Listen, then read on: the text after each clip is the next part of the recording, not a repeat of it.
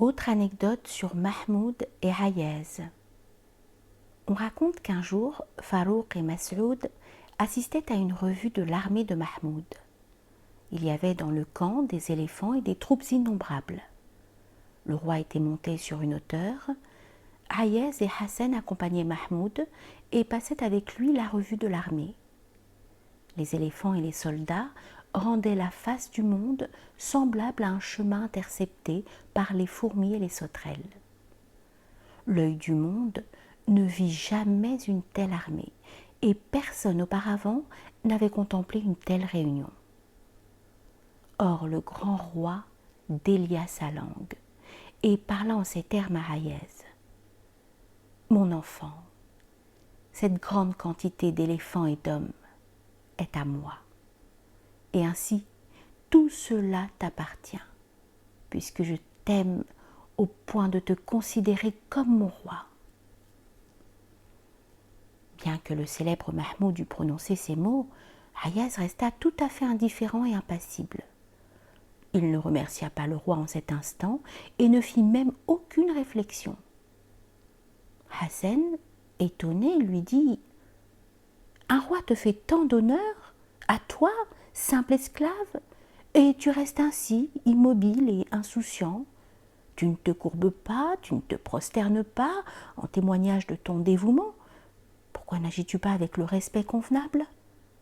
Ce n'est pas reconnaître comme tu le dois les bontés du roi. »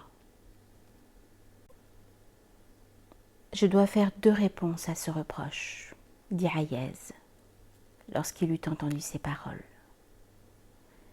La première, c'est que si moi, qui n'ai ni consistance ni position, je présente mes respects au roi, je ne puis que tomber sur la poussière devant lui dans une sorte d'avilissement, ou bien lui tenir un discours larmoyant.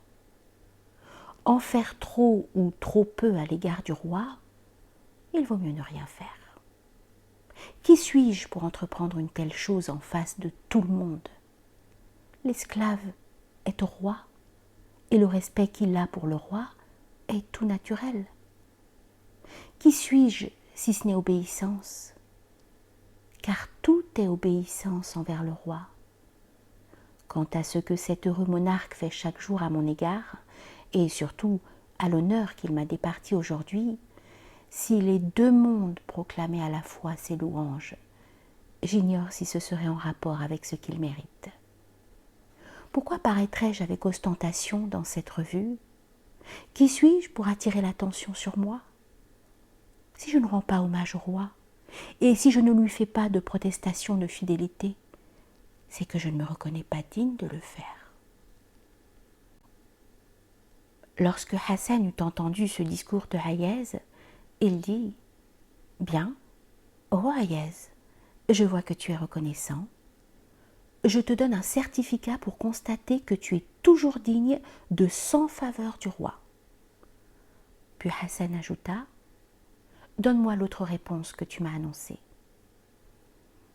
« Il n'est pas bon de la donner franchement devant toi, » répondit Ayez. « Je ne pourrais le faire que si j'étais tout seul avec le roi. Quant à toi, tu n'es pas mahram de ce secret. Puisque tu n'es pas le roi, comment te le dirais-je » Le roi renvoya donc promptement Hassan, qui faisait partie de cette armée. Alors, comme dans cette réunion, il n'y eut ni nous ni moi,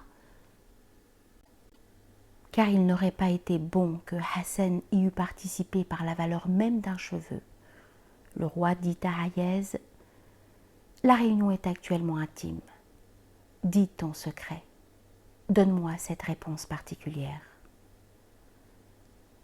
Toutes les fois, dit alors Ayez, que par l'excès de sa bonté le roi daigne jeter les yeux sur moi, malheureux, il anéantit complètement mon existence par l'éclat des rayons d'un seul de ses regards. Si je me lève purifié de la poussière du chemin, c'est que j'éprouve de la confusion en voyant le soleil de la gloire du roi. Comme le nom même de l'existence ne me reste pas, comment pourrais-je me prosterner devant toi pour te faire agréer mon service? Si actuellement tu aperçois quelqu'un, ce n'est plus moi que tu vois, c'est le roi du monde. Que tu m'accordes une ou 100 faveurs, c'est à toi-même qu'elles sont faites. De moi, faible ombre qui se perd dans le soleil, quel service peut avoir lieu? Hayez est comme une ombre dans ton chemin. Il est perdu dans le soleil de ton visage. Tant que de lui-même il a été esclave, il est resté périssable.